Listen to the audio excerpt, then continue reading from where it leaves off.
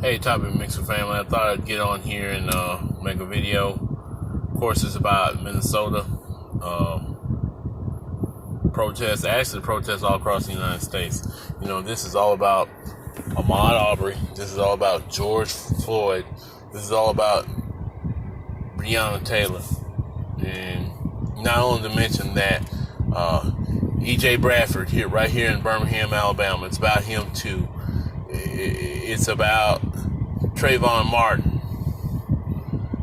It's about all of the brothers and sisters who have faced such violence in their life. And my video won't be any different than you probably already heard. You know, right now in the city of Birmingham, downtown, people are marching on the streets. I wish I could be with them, but I'm not there right now.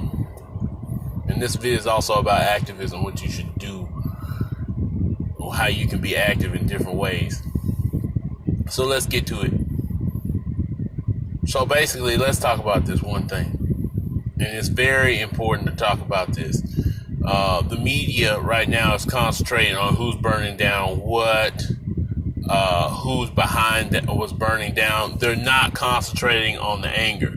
Every once in a while I hear John Lemon on CNN say something about the anger and say, don't they understand how these people are hurting and the pain? Meanwhile, you got politicians on there talking about this is not America. Okay. Two things. One, whoever the people are that are burning down, because I do see a lot of white faces, they're burning down things, property, stuff, they're gaslighting. At the same time, I see a lot of us, folks who look like me, doing some violent things. I also see a lot of people peacefully protesting. Now, let's understand that civil disobedience isn't civil. So, if we block a roadway, that's civil disobedience. If the police tell you to move and you move, that's not civil disobedience. If you have a rally and the police okay it or the government okays it, that's not a rally. Where it's not civil is when you start busting windows and burning down shit, killing people on the street, beating them down. That's where it's not fair. Now, I've also seen some bad things from the other side. Seen policemen run over people in New York City with a car. I've seen people being beat down in the middle of the street with billy clubs by police. I've seen people tear gassed in the face that shouldn't even bother with. I've seen reporters arrested. That's the government right there. Including our wonderful president who makes statements like, he's going to shoot people. He wants them shot down in the street. You know, he's constantly making negative statements, calling people thugs. So I guess I'm a thug, even though I haven't torched anything or broken a window, just because I believe that the protests are right, and I would be down there with them if I could. America, I don't know what to tell you, man. Trevor, last night, my boy Trevor, he broke it down, and I love what he said. He said that America, as a society, has broken the contract with black people. Actually, never really made a contract with black people. We started out in slavery in this country, for the most part. We built this country. We worked with our bare hands. We were beaten on our backs. Some of us were hanged, worked in the fields, and this country made millions of dollars off of cotton. They went to war and freed us, and at the same time kept us in slavery. We were still working as sharecroppers on those farms. We weren't making any money because of rules. They kept us on the farm and kept us from making any money off of the very materials we were growing. There was those after the Civil War who they asked, what can we do for y'all? What is it that we need to do? And we basically said the one thing. He said, give us some land and property. Let us develop ourselves. Let us grow and leave us alone. Just leave us alone. Let's develop on our own. You know, that's the dream in this country, to bring yourself up by the bootstraps. But at every turn, that was broken. But no, none of you understand that. You're still asking why. You believe in the American dream. Let me explain the American dream. It's a white picket fence, a house, 2-car garage. Everybody wants it. Sure, I got a house. Got 2 cars. I don't have a garage though. But everybody wants that dream. But there's a lot of people on my street that can't move nowhere, can't do anything else. It's hard to get somebody. You need repairs on your house. It's hard to get a loan, even with good credit. Look at what neighborhood you in. They looking at what neighborhood you in. Everything. The value on my house is not the same as a suburban neighborhood here in Homewood, Alabama. My house is the same size. It's in the same shape as some of those houses. My house is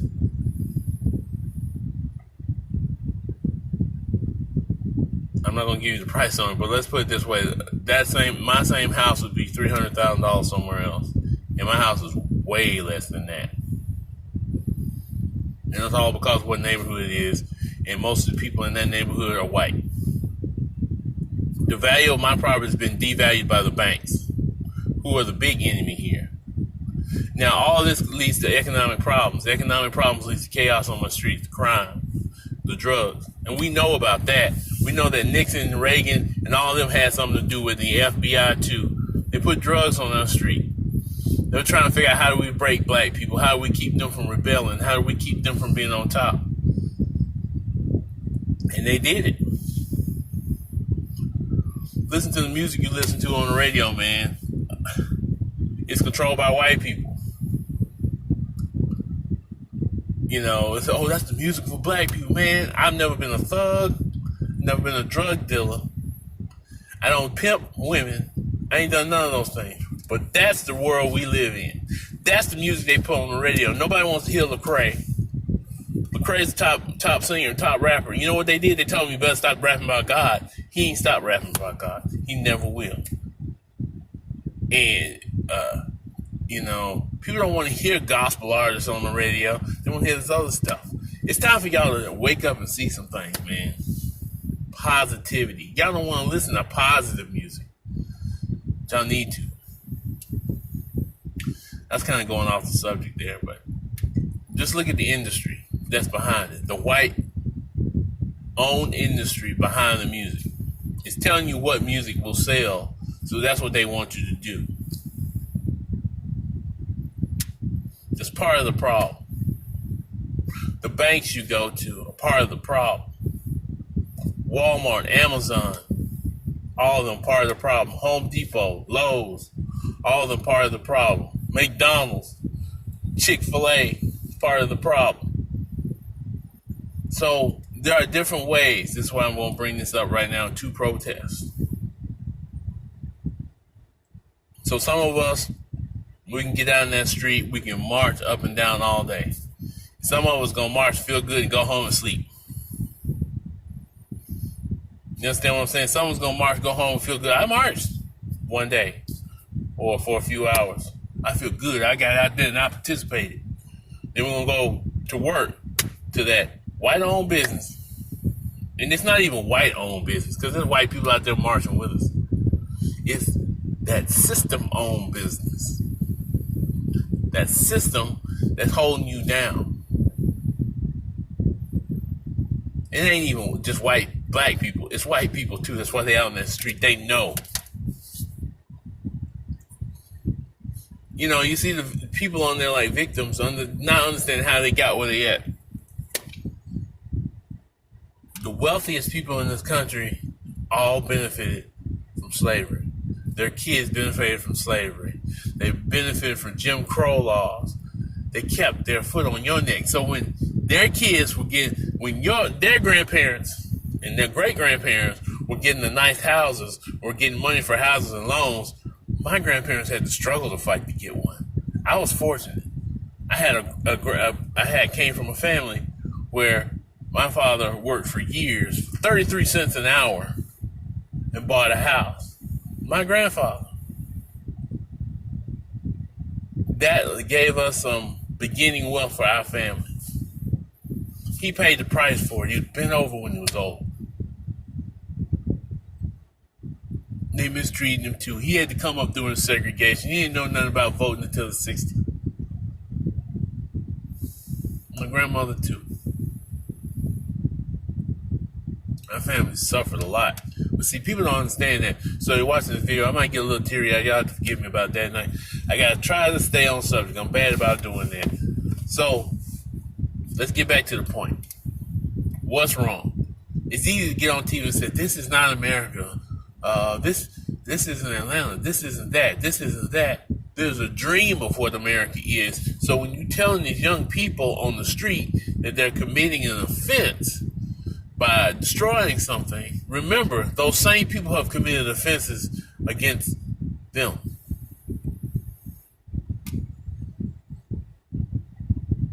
There's usually an agreement in the society of how people are going to live together. And so everybody must honor that agreement. But the problem is that society has not honored that agreement for black people. Some of us have made it, and we talk about it, and we get mad about the black churches, but some of them have made it and said, this is how you make it through that system. This is how you do it. Then they wonder why other people can't make it, because they have to overcome all those hurdles that everybody else has. And our wealth begins in the 60s, because every time we tried before Rosewood, every time we tried before Tulsa, Oklahoma, it was destroyed by white men. There was other places, Chicago and New York, there were riots there when black men were building up wealth and money and they took it away. The new struggle for black men is called gentrification. And see, it's not just conservative white people. It's the neoliberal white people too. They don't get it. They think what they're doing is fixing the problem and cleaning it up. Let me tell you something. You know why black people are voting for Biden? Because Biden is the one candidate they think will be attractive to white people, who seems to kind of like black people. America's got a real problem. See, when black people sit at the negotiation table with white people say, this is how the negotiation is going to go. There's time out for that, man. It is way time out for this. That's not how that works anymore. This is not how the negotiations go. What needs to be said on the table is, you do this or else. And that's the way the world is getting right now. It's getting to the point where it's, you do this or else. So today in cities across America, we already got COVID-19 destroying the economy. Just imagine what these protests are doing to the economy. And the world is watching you, watching everything you do. See, they already know Trump, so he can talk all he wants, but he's showing that he has no leadership whatsoever. And I don't care what conservative makes what comment below here, he is not a leader. Remember last year, the last few years, Colin Kaepernick, gotta bring that up. The man kneeled. This was what he was talking about. That's why he kneeled in front of the flag.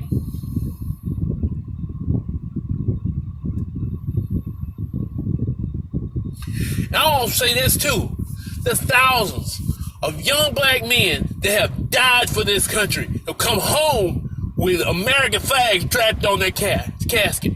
World War II, got off a bus and beat a black man that just served this country. No justice, no peace. Not for people like us. I can't go to work every day without somebody following me in a marked car. That's the world we live in. That's the crap we have to put up with every day. And we've turned our backs and told people, just be calm, be calm. I remember Clinton. The real reason I couldn't vote for her, I remember her telling Black Lives Matter, calm down, be quiet. We've got to, we can't do it this way. We can't be this militant. And you know what? Forget her. She didn't lose. She lost. I'm gonna tell you right now, I voted Green Party. Can't deal with folks like that. That's how it has to be. Biden, I hope you see this video because I want you to see this video. Black people are watching what you do. You want their vote? You better listen to their voices. Bernie had a pretty good stance on certain things. His problem was he didn't speak up to black issues enough, even though he has been known to be an activist. Biden, you've been a compromiser. You've been a compromiser with racists, with the people who were the sons and daughters of slave owners, who still honored that crap.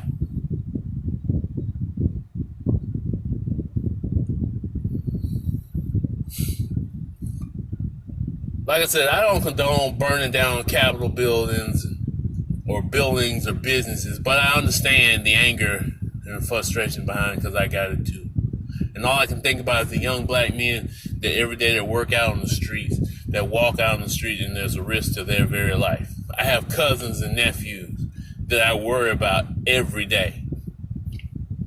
I hate videos of showing young black men showing their guns because guess what? If a cop kills them in the street for no reason at all, that video will surface as a reason why it's to justify his death. I remember what happened during the Trayvon Martin case. I can show you my Facebook. I wish I could. I should edit this video and do that. Show you my Facebook page up and down how people were siding with the prosecution. The system is working. The system's going to work on this. There's no justice, no peace for that young man. That man had no right to kill him. He was told by the police not to follow him. He followed him. Then the police justified the murder at the end. Sounds familiar? Every single case I've seen like that.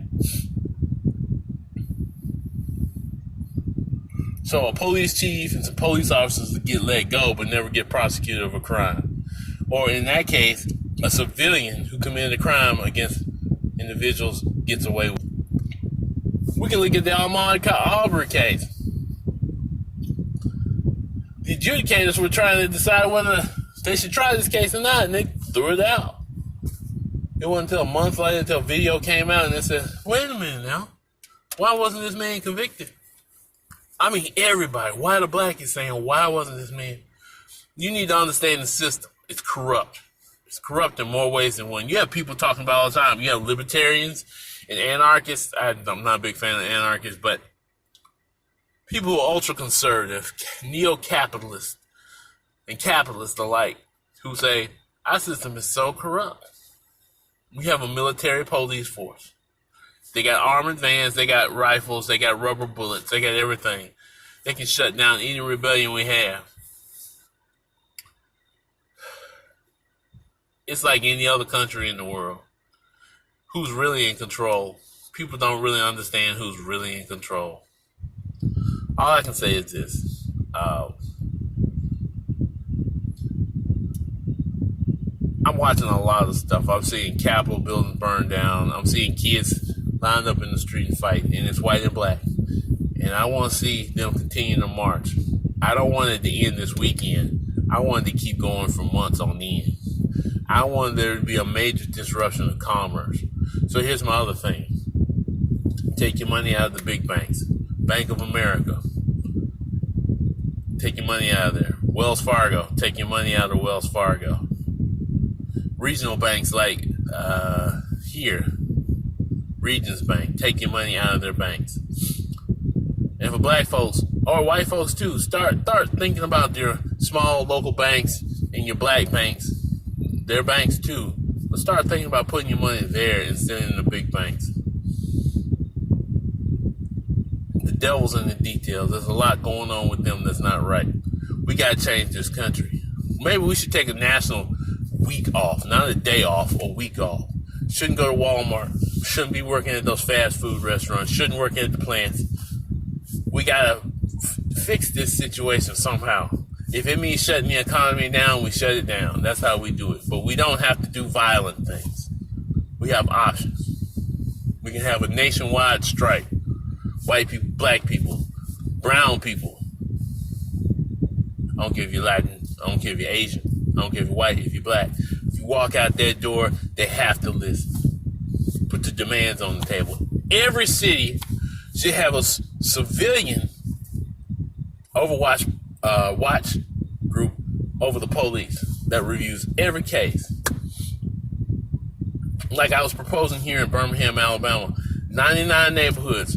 Each neighborhood should select one person from their neighborhood and no, It should not be the city council, the mayor, or the police that's allowed to make that selection. The neighborhoods get to make that selection. Then we'll also allow the precincts here, I think it's 3 precincts, to select one person as a representative from their precinct, plus city councilman and the mayor. All of those people would review the records and would decide whether a case was done correctly or not, and whether it requires prosecution. This is how it should work. And this should be the same case all over the United States, not just here, everywhere. I'm putting that idea out on the table. I hope some people are listening. Because if you're listening, this idea will get out there. There should not be one city without a civilian oversight. The police should not be allowed to investigate itself. And it should not be investigated by other police departments in the state. It should be investigated by civilians. And oh yeah, I remember what the prosecutor said in the case in Minnesota. He said that the burden of proof for a police officer was different than for any citizen in the United States. That is a fallacy, and that should not exist at all in this country. At all. Your burden of proof is the same as mine. If I walked into a liquor store today and got in a fight with somebody, hurt that person or kill that person, guess what? I'm going to be arrested and put in jail. I'm not going to wait 4 or 5 days or a year later, as this guy suggested, a year later to arrest you if I have that kind of evidence. The burden of proof is exactly the same. And that's all I'm going to say about that. I'm going to leave it at that on that tip.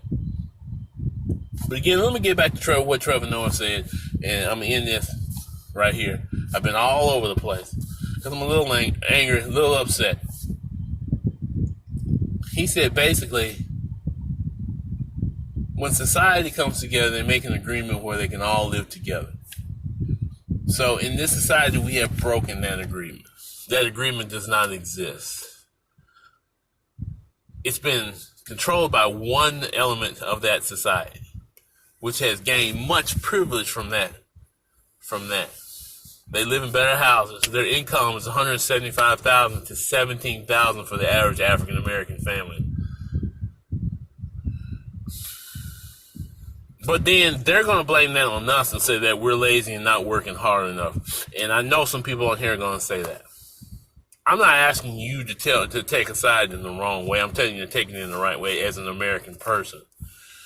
And actually live up to the actual beliefs of America. We have fought so hard for freedom, but we have not fought hard enough for equality.